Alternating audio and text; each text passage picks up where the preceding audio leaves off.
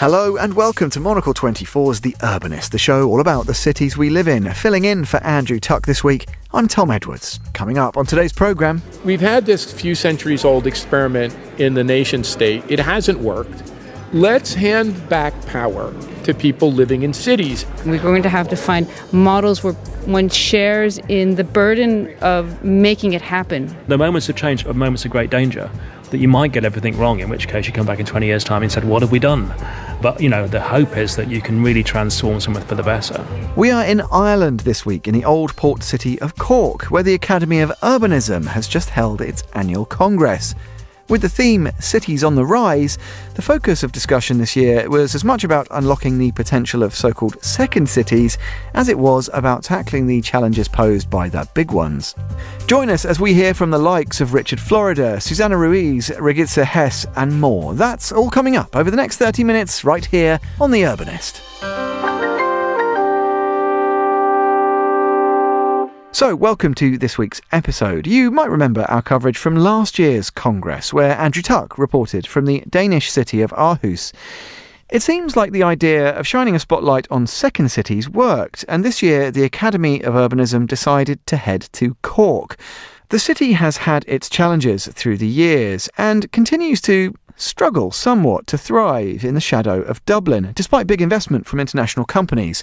So what lessons were there to be learned? We dispatched our own Bill Luty to Cork, and he brings us this special report. As more and more people move into cities, it becomes crucial to look ahead and plan for that growth. But while most officials and researchers have focused on big metropolises such as New York, London or Tokyo, it's essential for city leaders to get together and think how this shift will impact smaller ones too, and how they can best gain from it. One such meeting took place last week in the Irish city of Cork, which, despite its proximity to the coast, beautiful scenic surroundings and famously welcoming locals, has so far failed to attract outsiders, and therefore the investment it so desperately needs to truly rival Dublin as a potential home for those inside and outside of Ireland. This, among other issues, brought the Academy of Urbanism, along with delegates, speakers and volunteers, to Cork for the organisation's annual congress in venues around the city.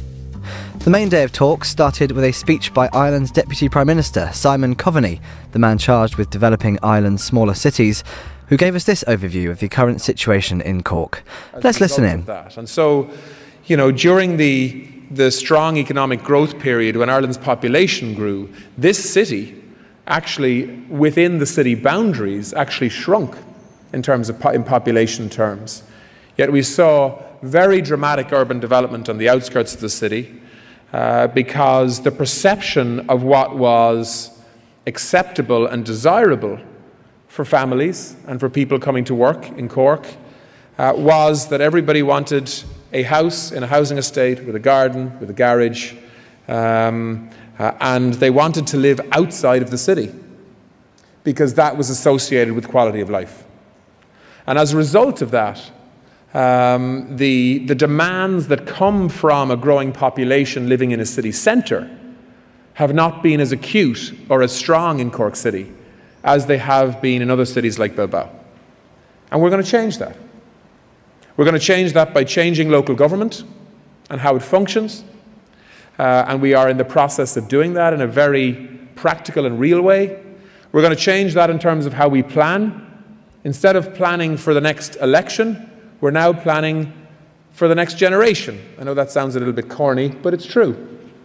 We now, for the first time, have a 20-year planning framework in place. Planning for what Ireland and Cork could and should look like by 2040 if we get this right. So why did the Academy choose Cork, and what lessons are they hoping to learn for other smaller-sized cities? I caught up with the chairman of the Academy of Urbanism, David Rudlin. What's really exciting about Cork is it's at that moment of change. We've been hearing before that Cork sort of missed out on the Celtic Tiger, so large parts of Ireland were completely transformed, and often for the worse, during the Celtic Tiger by ill-informed, large money coming in and creating developments which were not very urban. Cork was clutched from the jaws of the Celtic Tiger and managed to retain, and the big opportunity here is the Docklands, which should have been developed in the Celtic Tiger by all measure, but weren't. And now it's got the chance to do it in a more considered way. And so we've just been hearing that the government has changed the policy here, and now the focus is going to be on the 4 cities of Ireland outside Dublin, rather than spreading development across the whole of the island of Ireland, which is what they did before.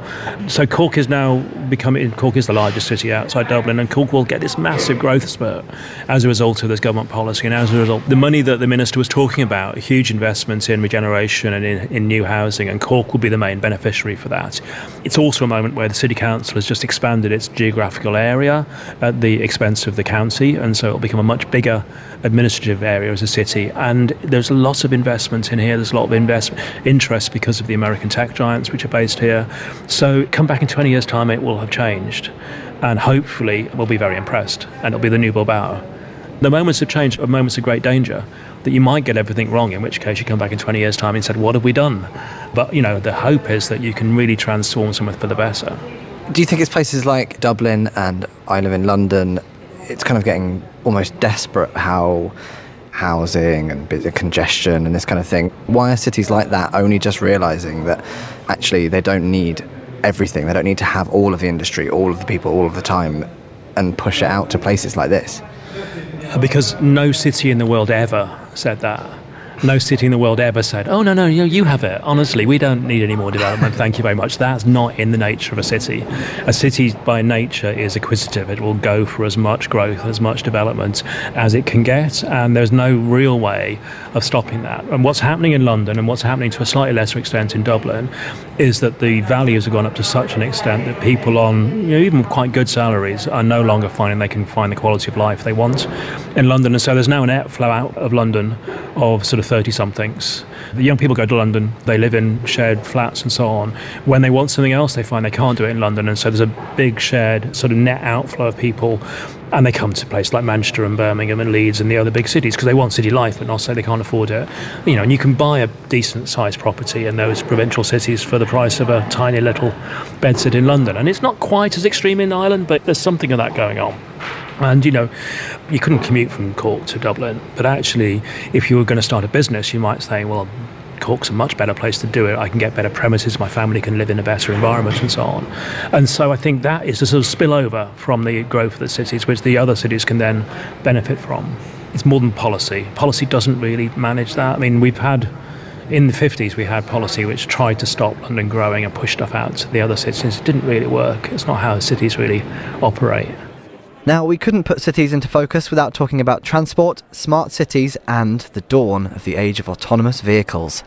That was the focus of the session by Geoffrey Tumlin, who's the Principal and Director of Strategy at Nelson Nygaard. So there's a basic constraint that unless cities are bulldozing minority neighborhoods in order to widen highways again, you have no choice but to focus on the efficiency of your transport network. As cities grow, you need to emphasize the most space-efficient modes of transportation.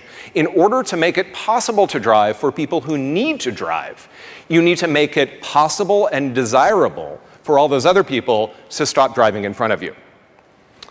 So, autonomous vehicles, right? Totally awesome. They're gonna save us. It's gonna be great, right? All of our problems are solved. So we've been fantasizing about this for a really, really long time. And the only thing that has changed from the 1945 issue of Popular Mechanics to the marketing material today is that the family is, instead of playing a board game, they're playing video game, and there's no kids, and they're of ambiguous ethnicity. And the interiors is designed by Apple Computer, but otherwise it's the exact same vision. And that same vision is still dependent upon the same basic fundamental laws of geometry, that you take up exactly the same amount of space, whether you're in a single occupant, personally driven car, or an Uber or a Lyft, or an autonomous vehicle. And yes, we'll be able to get significantly more efficiency, particularly on rural highways and particularly for freight. But in city centers, in cities like Cork, autonomous vehicles do not allow you to move more cars through the city. In fact, we'll get to in a second, can cause some severe traffic congestion problems, as we're already seeing in America. After his talk, I had a chance to catch up with Geoffrey to discuss all things related to autonomous vehicles, including what do you do when you just sat there waiting to be driven somewhere? The revenue model for the future of mobility has little to do with mobility, and it's really about capturing the value of that time. And the things that we start to worry about are, well, what happens when somebody decides, honey, why don't we move 4 hours away from work because I can sleep or work or watch internet cat videos on my commute to and from work? Or why bother living in a house at all when I can tootle around in my giant Google RV and never have to pay for housing? It also starts creating interesting challenges as, for example, retail or the sex industry decide what is possible with autonomous vehicles, where the shoe store can come to your house and already know your shoe size and be supplied only with shoes that match your outfits because it's also connected to your Amazon account where you've bought all your clothes. So this idea of mobility really being about capturing the value of time likely will result in a vast increase in the amount of driving that far offsets the small amount of additional efficiency that we get on the highway, being able to pack cars more closely together. And so one of the interesting aspects of autonomy is we expect that individual auto ownership is going to drop sharply over time. Because why own just one car when you could get the pickup truck for going to the garden center, or the sports car for going out on date night, or the minivan when you're taking all the kids to soccer practice? So why not be able to choose the tool that you need for the job and instead just call up that tool with your phone and it shows up in front of you and takes you where you want to go? There is this potential for vast increases in mobility, particularly for lower-income people, also for disabled people, that could potentially create some net benefit. But there are also some costs that come along with that as well. So I was going to say, what does that mean now for places like London, where there is still lots of development going on, or any capital city where there's still development, but, they're very much defined. We've got these roads, we've got these buildings. You're not going to knock all of them down to build new things. What do we do with car parks? What does that mean for those places that are developed? Right. Well, so the first thing is that we need to recognize that city streets are every city's most valuable capital asset. They're about 25 to 30% of the land area of a typical city are the streets and pavements, and those are in public ownership. We need to manage those public rights-of-way for the public good, which means focusing on the movement of people rather than the movement of vehicles. So we need to prioritize the most space-efficient modes of transportation. We need to get buses to go autonomous and operate them more frequently and protect them from congestion through dedicated right-of-way and signal prioritization, so that, again, we prioritize the movement of people. Our streets can move a lot more people. They cannot move any more cars because of that limitation in geometry. No matter how convenient and luxurious it would be for me to be in my giant Google pod traveling through the streets of London, we don't have sufficient street capacity in order to let everyone do that. A city in an almost identical geographical and industrial situation as Cork is Bilbao. The arrival of the Guggenheim 20 years ago propelled the Basque city to the international stage, sparking a wave of urban transformation. And it wasn't simply a vanity project to beautify the area, it was essential, as Susana Ruiz, an architect at the Urban Planning Office of the city of Bilbao, told the audience. The transformation of the city of Bilbao was a necessity, it was not an option. We did not decide to do it because we are very creative. In our case, we did not have any other option. So our economical motor had collapsed, and we needed a new economical sector to create new employment for the city. And a change was required to go from an industrial city with a devastated environment to a new modern service sector economy with a sustainable environment. So the features for this new model were the following. First of all, the estuary was defined as the backbone of the territory and the economy of the city. The city was not able to be constructed by the banks of the estuary due to the industrial development. And when the industry crashed, we then had the opportunity to recover these banks as a waterfront of the city. Second, because abandoned and degraded fields previously occupied by industry and port were planned to be reused, we did not need to occupy any green field for the new development of the city. Third, we were committed to high-quality urban planning and architecture. Fourth, we used the public budget properly to finance the works. And as a result of this management, the city of Bilbao had no financial debt since 2011. And finally, the conservation of industrial GDP by adaptation to new technologies. This is very important because Bilbao, having been transformed from an industrial to a service economy, the Basque Country has managed to maintain its production and exportation of its industrial goods. This approach has inspired countless cities to follow the now famed Bilbao model. And now, 2 decades after it all started, the city is debt-free. I was intrigued, so asked Susanna for more. It's unusual because all the loans and the grants have been received by some public societies that we have created. But it's not only the city council, the municipality belongs to these societies, but all the administrations belong to these societies. So debt is located in these societies, but not in the municipality. And is that possible because the Basque region is independent, or is that just because it's been well planned by the council? Well, I think one of the main characteristics in the Basque Country is the long-term plans and the political consensus, which is essential because we think, we plan, and we do what we plan. And this is the main reason of the transformation of the city. And how have the locals received the changes and then therefore the boom in tourism? Because lots of places, I know you don't want to be compared to Barcelona, but they hate tourists.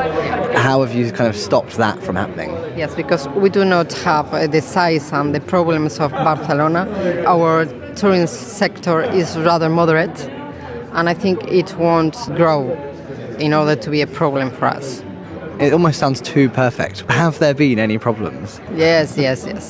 At the beginning, it was a huge opposition of the citizens against the Guggenheim Museum because they considered that we were in a big crisis and spending this amount of money in colonialism branding and this big McDonald's and in American art instead of in Basque art. So it was a problem, but people understood it was good. And we realized it was good for the city. And another problem, the main goal we have now is that we are getting older and the population is decreasing. So we are trying to maintain the population of the city and of the metropolitan area. And how do you do that? Bring jobs back in? Investing money in university and in technology to attract young people and housing, solutions of housing for young people. It would be impossible to talk about the changing face of cities without brushing against the topic of affordable housing. More and more private players are entering this market, with co-living or shared ownership becoming increasingly normalised. Regitze Hess is the Director of International Affairs at the International Federation of Housing and Planning, and I asked her if many families living together under one roof is the only path towards affordability. In terms of affordable housing, shared housing or co-housing or communal housing is just one model, and it really only represents a small percentage. But maybe this is a more accessible way of delivery of more affordable housing, because we can't just ride on subsidized housing. We're going to have to find models where one shares in the burden of making it happen, both in terms of the resources, in terms of sweat, but also resources in terms of monetary resources. And whose responsibility is that? The people who want to live like that, or the governments, or everybody's? How do we kind of implement this? I think actually this also goes across sectors, because you're going to have government that will allow for these kind of models to happen. And you also need the private banking sector that are willing to give mortgages for this kind of possibility. And then, of course, the citizen who wants to engage in it. But that's on a personal level. And what is it about the Nordic way of life or the Nordic outlook that means that this is more possible? What do they have that other places don't? The Nordics have been better at doing things collectively or communally as a way, traditionally going back far in time, being a bit poor in resources. Maybe we've had a lot of herring or a lot of timber, but it's been a rougher living. We admire even Ireland for being as green as it is. though I think Ireland also has its challenges probably through time. So one has had to come together to make things happen. And also just the whole thought of shipping, you came together. The Hanseatic League, you actually had to come together to do that. And it still sort of rides through the societies. You had to come together if you were going to farm poor land. One has to also bear in mind, Copenhagen was not fabulous a generation ago. Oslo was very poor 100 years ago. And it's happened because people have come together and pooled resources. So I think it goes back to that in some senses. And we're talking about cities on the rise. What tips would you give to a place like Cork, where we are now? What do they need to be looking at in terms of creating this kind of sustainable housing? It takes leadership that is willing to be bold in its decision and also look far ahead into the future. They're not just riding for votes or for bottom line profit really quickly. So Cork needs to have leadership that will work across sectors, public, private, let's say housing sector, to what do we need to ensure diversity in terms of access to housing, different types of housing. Florida was talking about this, that people are getting priced out. It becomes inequitable. I think this is very important. The day wrapped up with a keynote session by the influential urbanist Richard Florida. For anyone living in cities today, we're all living more or less in Florida's world. Years ago, he coined the somewhat controversial term creative class, where he predicted for cities to grow and attract young people, they needed to cater to creatives, artists, architects, writers, essentially what some would call hipsters. That involved everything from opening a cool bar to local coffee shops, setting up studio spaces and more. What he failed to predict was just how quickly this development would happen and the impact, such as gentrification, that it would have. His new book, The New Urban Crisis, which we featured here on The Urbanist earlier this year, is basically an apology for those predictions. And in Cork, he explained more. If I made one error, it's this. It's that I entirely underpredicted the velocity, the speed and veracity with which the creative class and this back to the city movement would occur. I completely missed it. There is no way writing in the early 2000s I could have possibly imagined in my wildest dreams the force with which this which I believe is the greatest economic transformation the world has ever gone through.